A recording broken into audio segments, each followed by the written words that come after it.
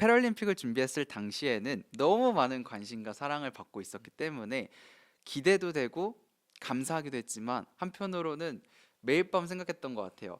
2012년도에 지구가 종말한다 했는데 정말 될까? 이 생각. 안녕하세요. 운동선수의 다음 라운드를 이야기하는 왓츠비 토크의 김덕원입니다. 오늘의 게스트죠. 수영선수 11년, 뉴욕 유학생, 그리고 게임 회사 접근성 전문가, 그리고 어댑티브 패션 모델까지 한 사람 인생 안에 들어있는 다음 라운드가 너무 많은 분입니다. 김세진 선수를 만나보겠습니다. 안녕하세요. 안녕하세요. 반갑습니다. 저는 지금 28살 된 김세진이고요. 어댑티브 패션 모델로 활동하고 있습니다. 반갑습니다. 반갑습니다. 오늘 저희 왓츠비 토크에 네. 오신 소감을 한번 부탁드려도 될까요? 사실 제가 이제 SNS 통해 가지고 먼저 연락을 드렸잖아요. 그래서 굉장히 좀 궁금했어요. 저도 하고 싶었던 말이 많았기 때문에 운동선수의 다음을 이야기할 수 있는 사람으로서 같이 재밌게 이야기해 보면 좋을 것 같습니다. 그럼 본격적으로 네. 얘기를 시작을 해보도록 하겠습니다. 이제 세진님의 선수 시절 이야기죠. 네네. 세진님은 수영을 재활 운동으로 시작을 하셨잖아요. 맞아요. 그렇게 처음 이렇게 물에 들어갔을 때 아직도 기억이 생생하신가요? 아직까지 막 생생하지는 않은데 사실 제가 수영을 했었던 이유는 이제 재활 운동 때문은 맞고 저는 사람들이 잘 모르시겠지만 여기 보이는 것처럼 저는 요 발과 또 의족을 착용을 하고 있습니다. 그래서 의족을 끼고 걷기 위해서 처음으로 수영을 접하게 됐고요. 그래서 수영의 매력에 빠져서 11년간의 선수 생활을 했습니다. 좋습니다. 이렇게 제가 이제 사전 인터뷰에서 네. 당시 한국에는 장애인 수영 대회가 많이 없어서 네. 일본으로 갔다고 얘기를 들었어요. 맞아요. 정확하게는 제가 수영을 처음 준비를 하면서 너무 재밌는 거예요. 수영이라는 것 자체가 너무 매력 있고 뭐 하늘을 나는 느낌이고 그래서 처음으로 대회를 나가보고는 싶었는데 당시에 제가 나갈 수 있는 한국 대회가 없더라고요. 대부분 이제 해주셨던 말이 그냥 취미로는 하지 뭘 그걸 또 선수까지 하려고 하냐 이제 이런 얘기였는데 저희 어머니가 무작정 1년 동안 모은 그 돈을 가지고 저를 데리고 일본으로 떠나십니다. 그래서 일본에서 그냥 도 대회였어요. 그리고 내 아들은 수영을 하는데 장애가 있습니다. 근데 시합을 나가고 싶은데 한국에는 나갈 곳이 없어서 이곳에서 시합을 한번 할 수 있게 해주시면 좋겠습니다. 그래서 약간 좀 오해하실까 봐 미리 말씀드리자면 일본에 갔던 이유는 제일 가까워서 제일 가깝고 그다음 어쨌든 장애인 수영에 대해서는 당시 일본이 너무 잘 돼 있었기 때문에 그래서 저희도 경험자 떠났었던 거죠. 그렇게 운영 측에다 얘기를 했는데 운영 측에서 좋다. 대신 우리 경기가 있으니 끝까지 기다려줄 수 있냐? 그래서 기다렸죠. 그래서 기다리고 있는데 마지막 제 경기를 열어주겠다는 거예요. 그리고 8명의 선수를 모아가지고 같이 시합을 뛰어주었습니다. 그래서 제가 스타트 대에 올라가서 터치패드에 손을 찍는 그 순간까지 관중석에 있던 모든 분들이 기립박수를 쳐주셨어요. 그 기억으로 저는 11년간의 운동선수를 택했던 것 같습니다. 그렇게 선수 시절이 계속 이어가다가 네, 중학교 1학년 때죠. 네네, 자퇴라는 큰 결정을 하셨어요. 그 네. 이유가 특기생이 될 수 없어서였다고요.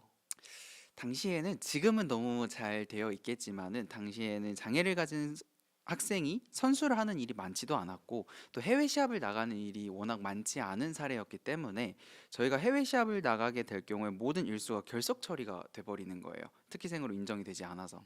그래서 이렇게 하다가는 중학교도 졸업을 못 하겠다 이제 생각이 들어가지고 학교를 자퇴를 했습니다. 그리고 자퇴를 하고 검정고시를 택했죠.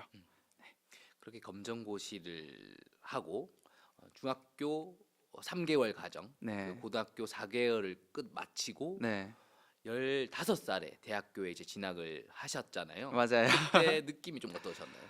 대학을 갔던 가장 궁극적인 이유는 두 가지기는 한데 첫 번째는 대학에 가면 그때부터는 네 세상이다. 이제 너도 하고 싶은 거 마음껏 할 수 있다. 그거 하나. 그다음에 두 번째는 조금 더 세상을 일찍 배워보고 싶었어요.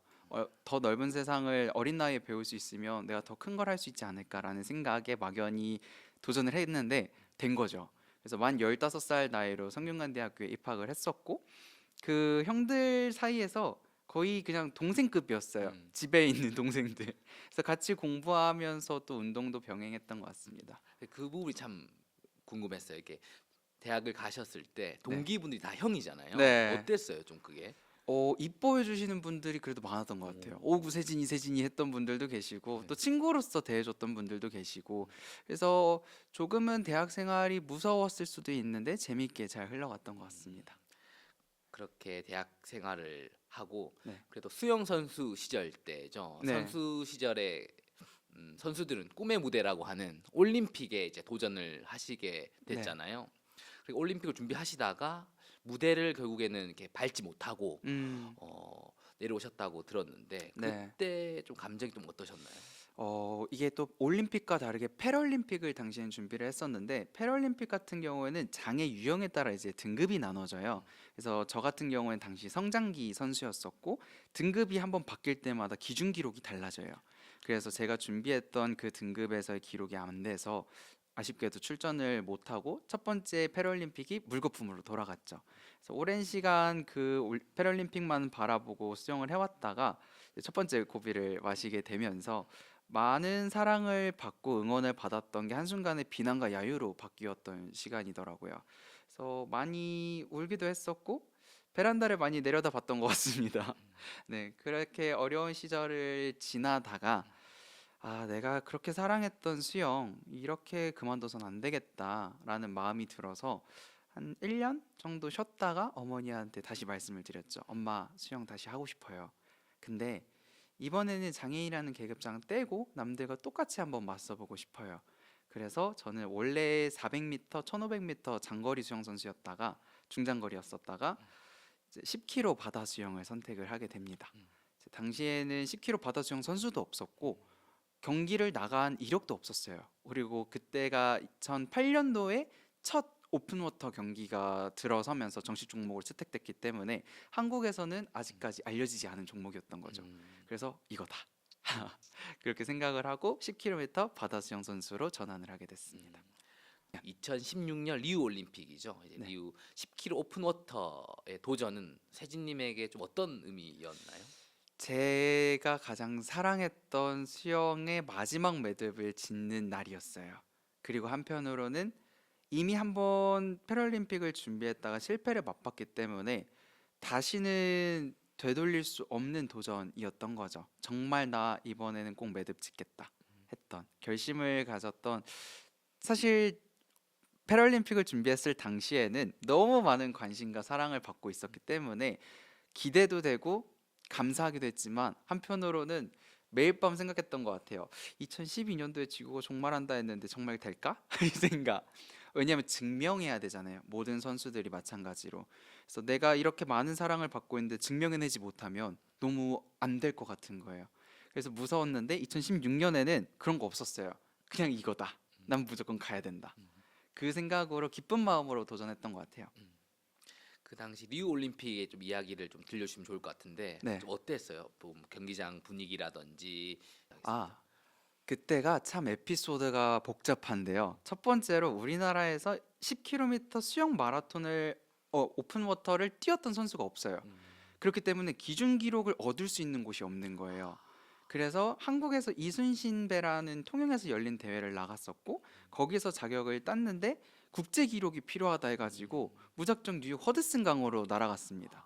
그래서 거기에서 전체 300명이 출전했고 218명이 완주한 경기에서 전체 21위로 들어왔고요. 18세 미만으로는 1위로 들어오면서 이제 당당하게 제 기준 기록을 받게 됐죠. 이제 그리고 난 다음에도 IOC에다가 편지를 썼어요. 저는 한국에 살고 있는 11년 동안 수영을 한 수영 선수 김세진이라고 하고 이번 올림픽 10km를 꼭 출전하고 싶습니다.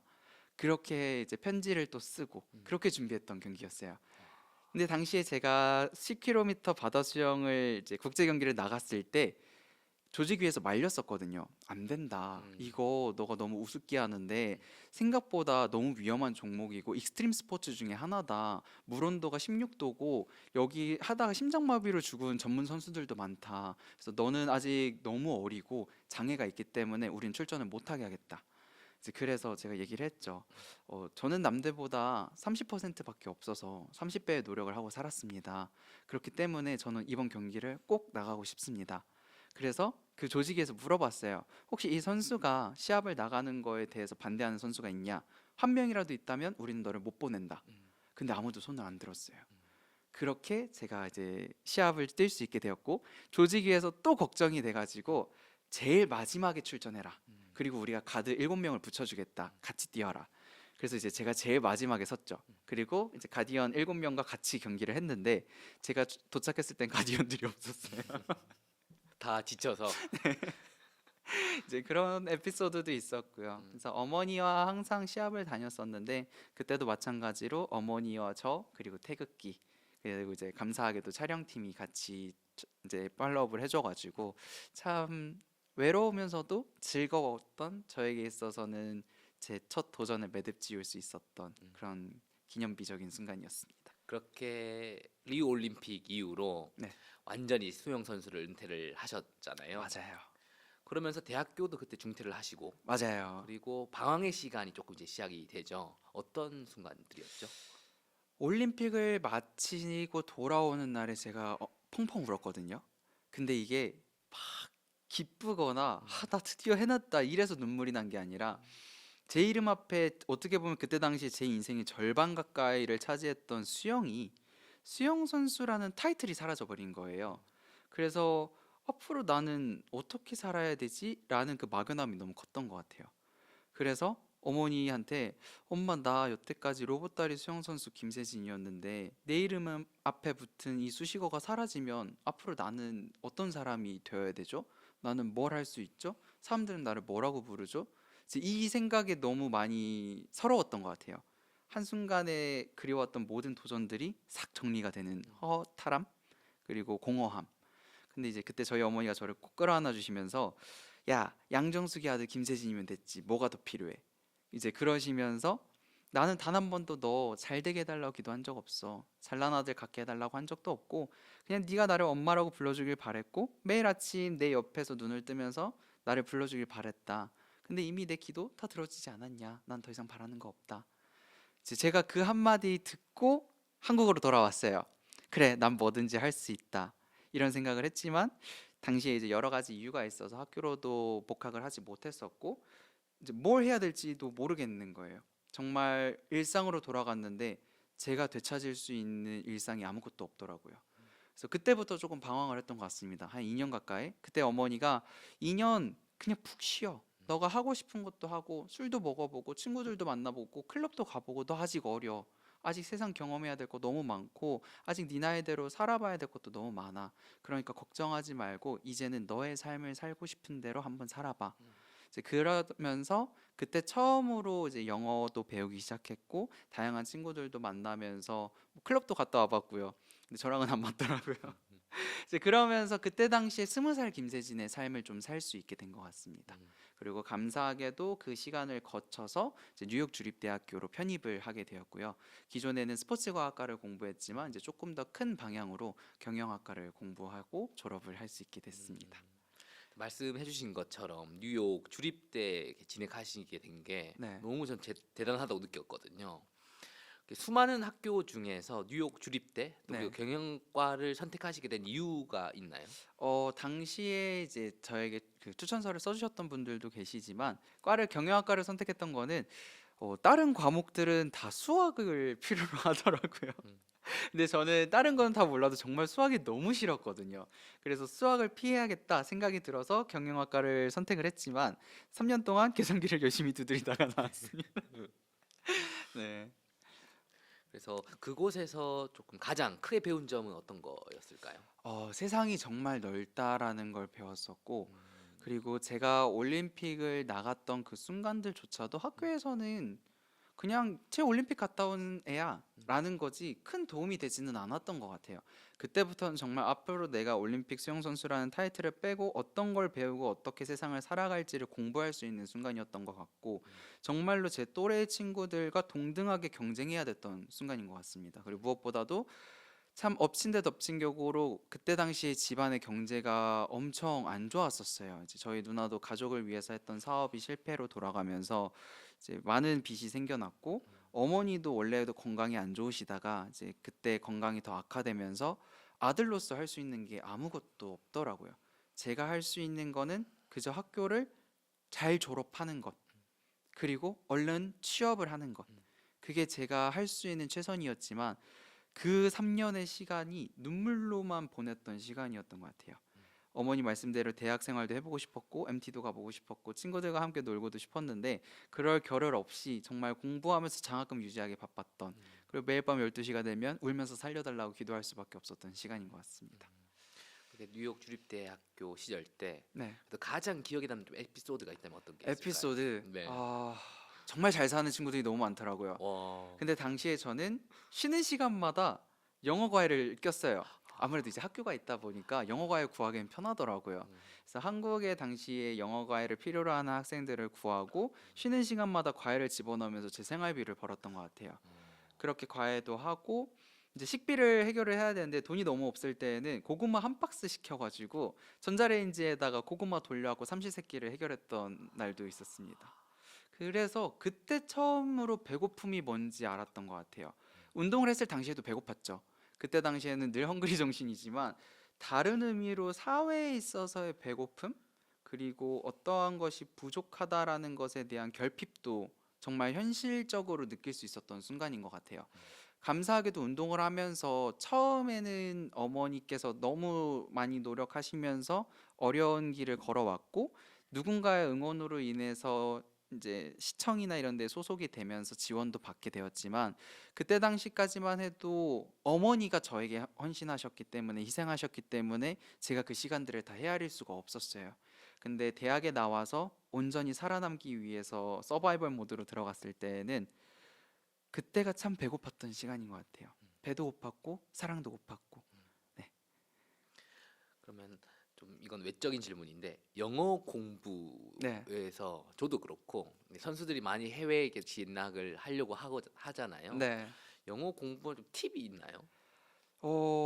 무작정 형들 쫓아다녔어요. 아, 네, 교회 가면은 이제 2세, 1.5세 형들 있잖아요. 그럼 형들 무조건 쫓아다니는 거예요. 그래서 계속 따라다니면서 듣고, 그럼 처음에 안 놀아줘요. 뭐 영어도 안 되는 한국 애가 와가지고 자꾸 귀찮게 하니까.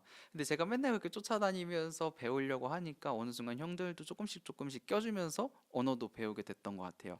물론 지금도 와 한국말 이렇게 하는 것처럼 영어가 원활하지는 않지만 그렇게 언어를 배움으로써 세상을 조금 더 넓게 볼 수 있었고 공부의 기회도 조금 다양하게 가질 수 있었던 것 같습니다. 좋습니다. 그렇게 뉴욕 주립대를 졸업을 하고요. 네, 이제 취업 시장에 이제 뛰어드시잖아요. 네. 그 당시에 말씀해 주신 것처럼 올림픽 경력과 경험이 거의 인정받지 못했다라고 들었는데 네. 어떤 상황이었나요? 인정받지 못했다가 아니라 정확하게는 필요가 없었던 것 같아요. 아, 네. 사실 저희가 이력서를 쓰면은 이제 회사에서 인재를 찾는 거기 때문에 이 사람을 채용했을 때 우리 회사가 얻을 수 있는 이익이 무엇이냐, 그리고 이 사람이 과연 얼마만큼의 퍼포먼스를 보여줄 수 있는가잖아요. 근데 제가 거기에서 헤엄 잘 치는 게 전혀 도움이 되지는 않죠. 그런 것처럼 처음으로 취업 시장에 뛰어들었을 때 이제 학교라는 배경도 있고, 그다음 제가 여태까지 올림픽을 나갔었던 사회의 이런 다양한 도전들이 도움이 될 수 있을 거라고 생각을 했지만 정말 이력서에 쓸 수 있는 게 한 줄도 없었어요. 네. 그들이 요구하는 거는 결국 대학에서 어떠한 퍼포먼스를 만들었고 그 퍼포먼스를 통해 뭘 배웠는지를 물어볼 뿐, 너라는 사람이 어떻게 살아왔는지는 사실 궁금하지가 않은 거죠. 그래서 그 순간에 되게 많은 후회와 허탈함도 겪었던 것 같습니다. 그래서 그때부터 악착같이 그냥 남들과 똑같이 수영 선수랑 타이틀 빼고 김세진이라는 여태까지 제 이름으로 만들어 왔던 이야기들 다 빼고 그냥 공정하게 경쟁을 계속 했었던 것 같아요. 네. 그런 생각이 들더라고요. 와, 저 수많은 빌딩 가운데 내가 들어갈 수 있는 건물 하나가 없나? 내가 앉을 수 있는 좌석 하나가 없나? 이제 이런 생각. 그리고 서류를 넣으면 항상 1차부터 떨어졌어요. 그래서 대부분 물어보면은 1차 서류는 붙는다라고 하더라고요. 근데 저는 항상 1차 서류부터 떨어졌었어요. 그래서 왜 그러지? 왜 그러지? 어머니랑 이제 이야기를 나누다가 이제 대부분 장애 여부 체크하는 게 있어서 장애 여부를 한번 체크하지 말고 넣어봐라 했는데 바로 붙더라고요. 그래서 물론 아닌 경우도 있겠지만 나중에 제가 취업하고 나서 알게 된 거는 이제 장애인 고용을 우선시하는 직무가 따로 있다라는 것. 그리고 이제 아직까지는 국내 사회에서의 그 장애 채용에 대한 두려움이 크다라는 것. 그리고 이 사람을 고용했을 때 회사가 어떠한 리스크를 감내해야 될지 모른다라는 것에 대한 불확실성. 그게 아직까지는 국내 회사에서는 좀 더 많았던 것 같아요. 그래서 제가 회사를 다니면서 결심했던 거는 절대 장애를 가진 사람을 채용한다고 해서 회사가 손해보지 않는다. 그리고 이들 또한 정말 고유한 렌즈를 가지고 성장해온 사람들이기 때문에 분명히 어떠한 부분에서 도움을 줄 수 있고 큰 퍼포먼스를 낼 수 있는 사람이다 라는 증명을 계속 하고 싶어서 한 3년 반 계속 그 증명에 갈급해서 살았었던 것 같아요. 음. 그렇게 커리어를 이제 시작을 하시고 네, 접근성 스페셜리스트죠. 게임 네, 회사에서 교육과 컨설팅을 담당하셨잖아요. 좀 네. 어떤 일이었는지 좀 얘기 좀 해주시면 감사하겠습니다. 제가 했던 거는 이제 게임 회사였었고요. S 게임사인데 이제 게임사에서 처음으로 장애인을 위한 혹은 다양한 신체, 정신적 장벽으로 인해서 콘텐츠를 즐기지 못하는 사람들을 위해서 접근성을 높여줄 수 있도록 교육하고 컨설팅하는 직무를 만드셨어요. 그래서 이제 그곳에서 저를 처음으로 이제 스카우트 제안을 주셔서 제가 당시에는 이제 인사팀에 있었는데 나를 필요로 하는 곳에 내가 쓰이면 좋겠다라는 생각이 들어서 이직을 하게 됐습니다. 그리고 이제 그곳에서는 접근성 말 그대로 어, 오늘 여기 오는 것만 해도 사실 계단으로 되어 있었잖아요. 근데 휠체어를 타신 분들은 접근할 수 없는 부분인 거죠. 그래서 그런 것들을 어떻게 하면 도움을 줄 수 있을까라고 봤을 때 첫 번째는 경사로가 될 수 있고 두 번째는 손잡이가 될 수 있고 이제 이런 것들을 컨텐츠적인 측면으로 보는 거죠. 예를 들어서 자막이라고 함은 과거에는 청각 장애인을 위한 혹은 이제 저청력자를 위한 기능이었지만 지금은 이제 어르신들 아니면 저희 뭐 샤워하면서도 유튜브 보잖아요. 네. 그럴 때도 컨텐츠를 알아들을 수 있고 또 외국인 분들이 한국말을 배울 때에도 너무 큰 도움이 될 수 있는 거죠. 그래서 접근성은 소수를 위한 것에서 시작되지만 다수를 위한 편의성으로 커져가는 기능이라고 생각하시면 될 것 같습니다. 그렇게 접근성 스페셜리스트로 일을 하시면서 좀 네. 가장 보람이 있었던 순간이 좀 언제였을까요? 어, 다양한데 음, 내가 누군가에게 주는 이 인사이트가 단순한 나를 위한 편의가 아니라 정말 그 사람들에게 접근 가능한 콘텐츠를 만들어내는데 기여했다라는 걸 느꼈을 때 가장 큰 보람을 느꼈던 것 같아요. 그 일을 하면서 되게 다양한 장애 유형 혹은 다양한 접근성을 필요로 하는 분들을 많이 만나게 됐었거든요. 근데 그분들의 이야기를 들으면서 저는 저만에 대한 접근성을 생각을 했기 때문에 다른 사람의 입장에서 어떠한 접근성이 필요한지는 사실 경험이 많지가 않았어요. 근데 그분들을 만나면서 접근성이 하나의 기능이지만 여러 가지 부분에서 도움을 줄 수 있구나. 그리고 이 여러 가지 도움이 누군가에게는 여러 가지 방면으로 음. 재해석될 수 있구나라는 걸 경험했던 순간이 저에게 있어서는 가장 큰 아하 모먼트였던 것 같아요. 그리고 또 있습니다. 좋습니다. 네, 올해 그러니까 지난 3월에 이제 국제 개발자 컨퍼런스에서 아시아에서 이제 대한민국 최초로 저희가 접근성 관련된 세션을 나갔어요.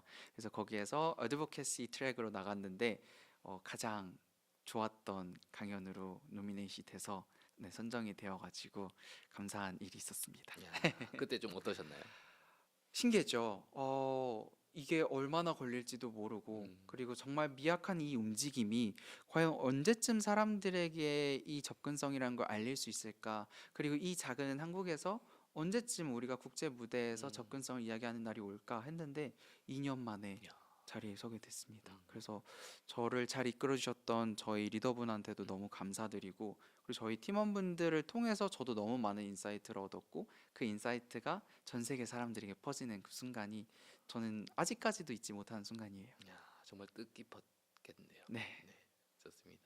그렇게 안정적인 회사를 잘 네, 다니시다가 퇴사를 하십니다. 네, 그렇게 지금은 이제 어댑티드 패션 모델과 네, 크리에이터로 활동 중이시잖아요. 네. 진짜 세진 나죠. 그래서 홀로서기를 선택하시게 된 이유를 좀 여쭤봐도 될까요?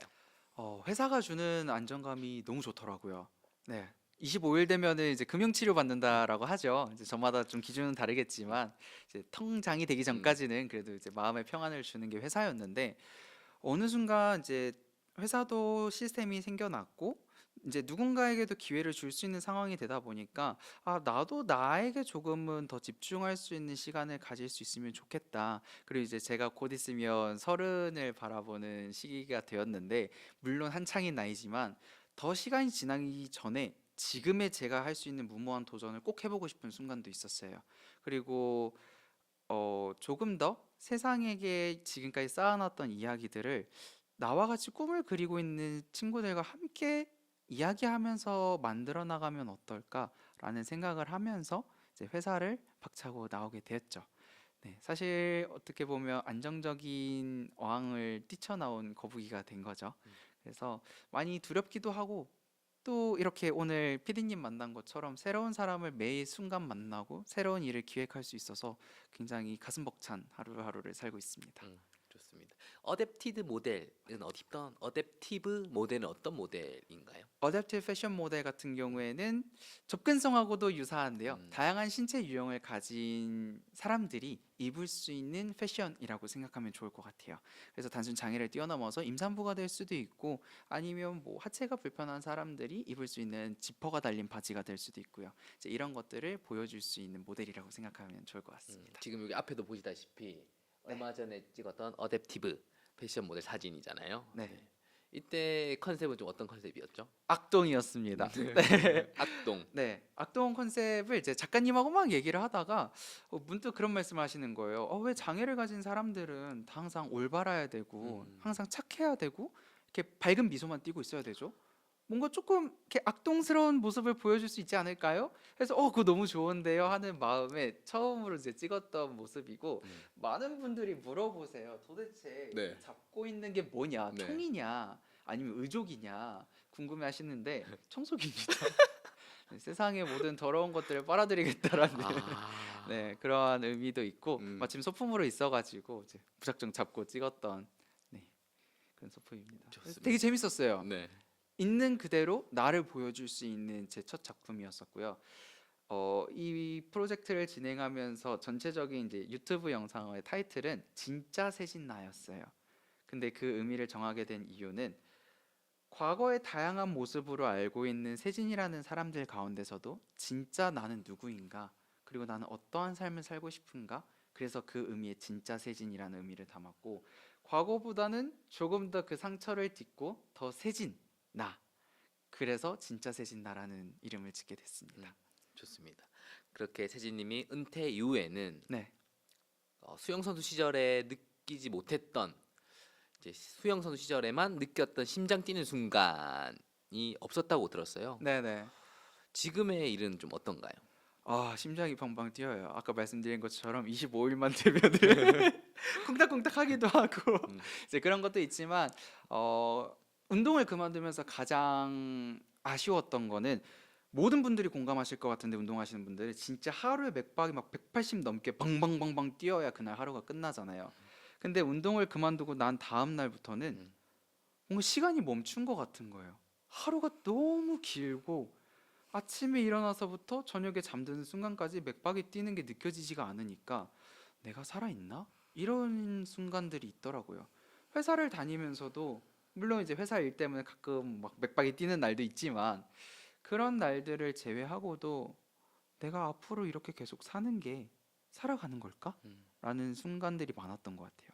근데 회사를 박차고 나오면서 제가 하고 싶었던 것들을 지금 도전하고 하나씩 하나씩 이야기를 만들어가는 이 순간이 무섭기도 하고 두렵기도 하고 되게 재밌어요.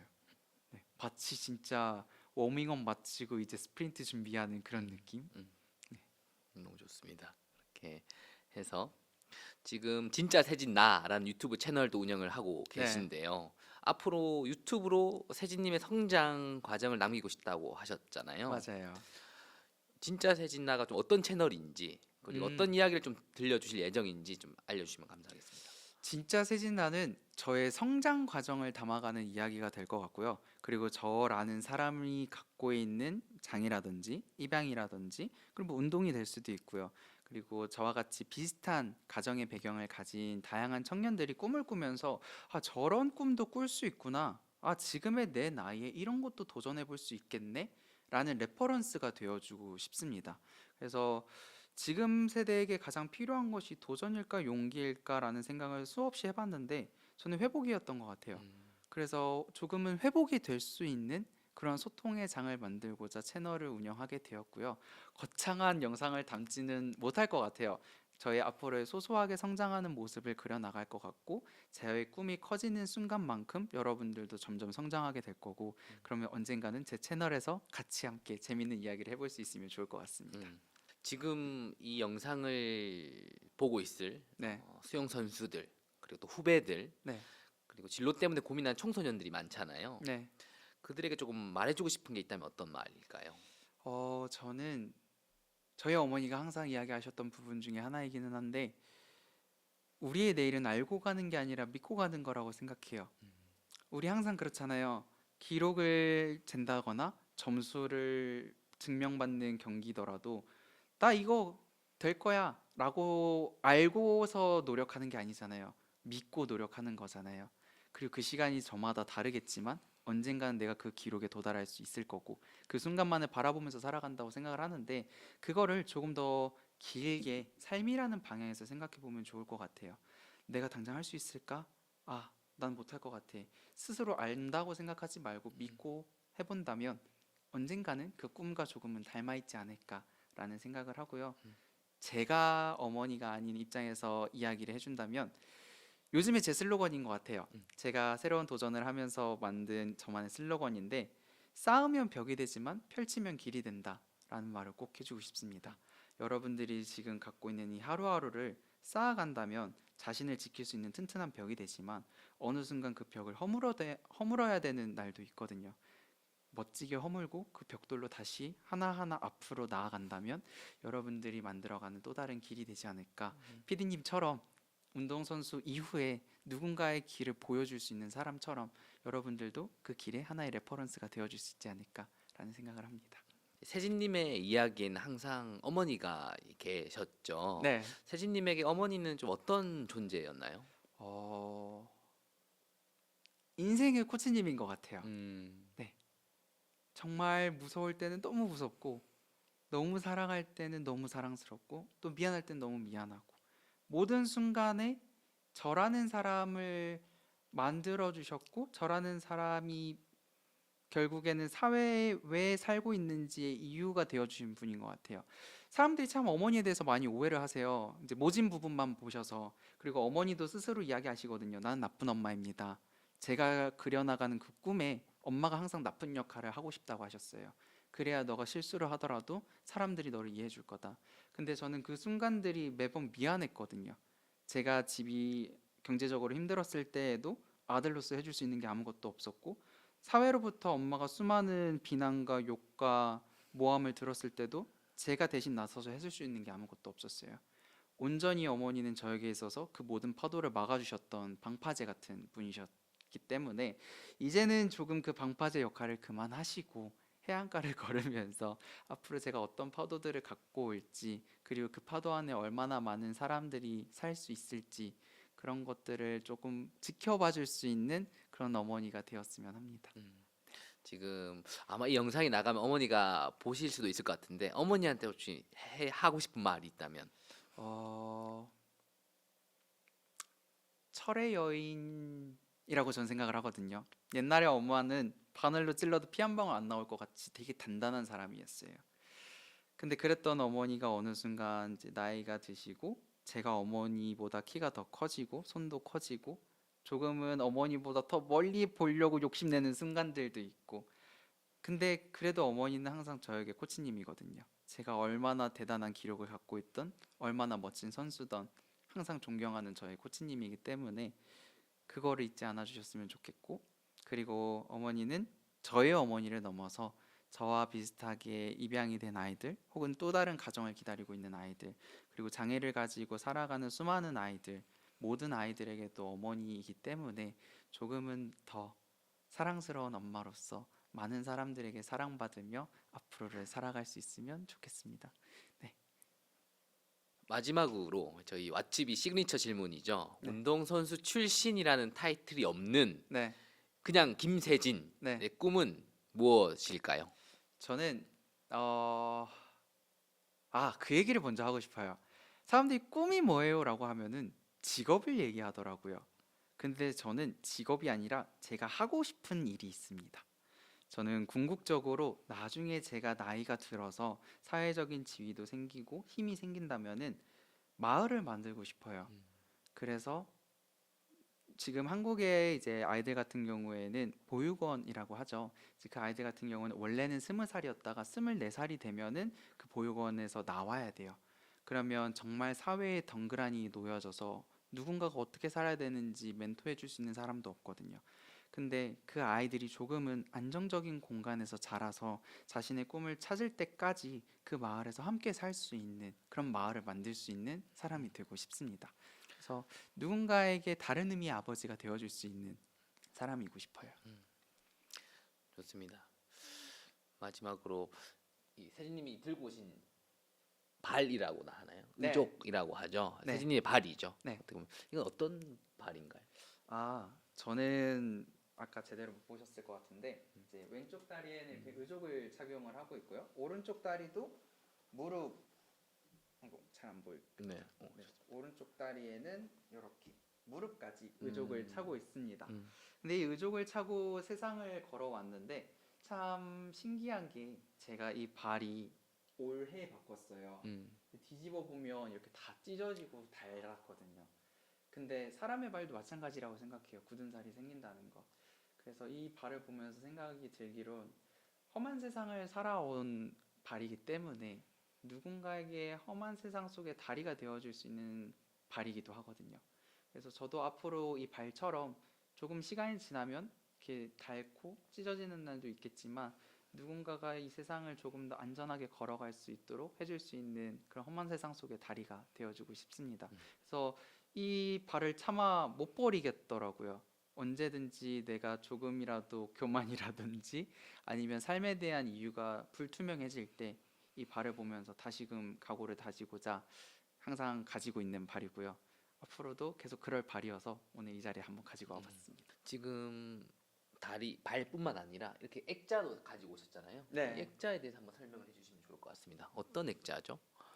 제가 사진첩? 네, 초등학교 때부터 가지고 있는 액자인데 음.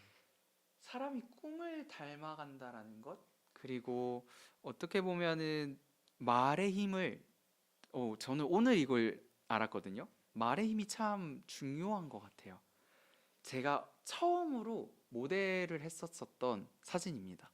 그래서 이 사진을 보면서 옛날에는 그냥 별 생각이 없었는데 어느 순간 제가 모델 활동을 하고 있는 걸 보면서 진짜 사람이 말하는 대로 닮아가는구나. 그리고 내가 살아왔던 것이 결코 그냥 지나치는 우연이 아니구나. 이렇게 하나의 또 운명처럼 다가오는 순간이 있구나라는 거를 느끼게 해주는 사진이기도 하고요. 저의 이제 어렸을 적 모습 그리고 그때 나를 계속 바라보게 하는 사진이기도 합니다. 오늘 이야기를 들으면서 이제 수영 선수 이전과 이후 그리고 그 중간의 공백까지 모두가 김세진이라는 사람을 만든 시간이라는 걸 참 느끼게 됩니다. 세진님처럼 지금 다음 라운드를 준비하는 운동선수들 그리고 청년분들이 있다면 언젠가는 왓츠비에서 한번 만나 뵐 수 있었으면 너무 좋을 것 같고요. 네. 오늘 출연해 주셔서 너무 감사합니다, 세진님. 감사합니다. 혹시 이 영상이 또 좋았다면 구독과 좋아요, 댓글로 세진님의 다음 라운드 많이 응원해 주시면 좋을 것 같고요. 우리는 또 다른 선수의 이야기를 들고 돌아오겠습니다. 감사합니다. 감사합니다. 세진님의 유튜브 채널 진짜 세진나인가요? 네, 진짜 세진나. 진짜 세진나도 구독 좋아요 해주시면 너무 감사할 것 같고요. 네, 혹시 다음 컨텐츠는 어떤 컨텐츠인가요? 다음 컨텐츠는 이제 제가 또 작업물이 기다리고 있어가지고 네. 이제 그 작업물 준비하는 것 그리고 이제 저의 소소한 브이로그를 담아보려고 합니다.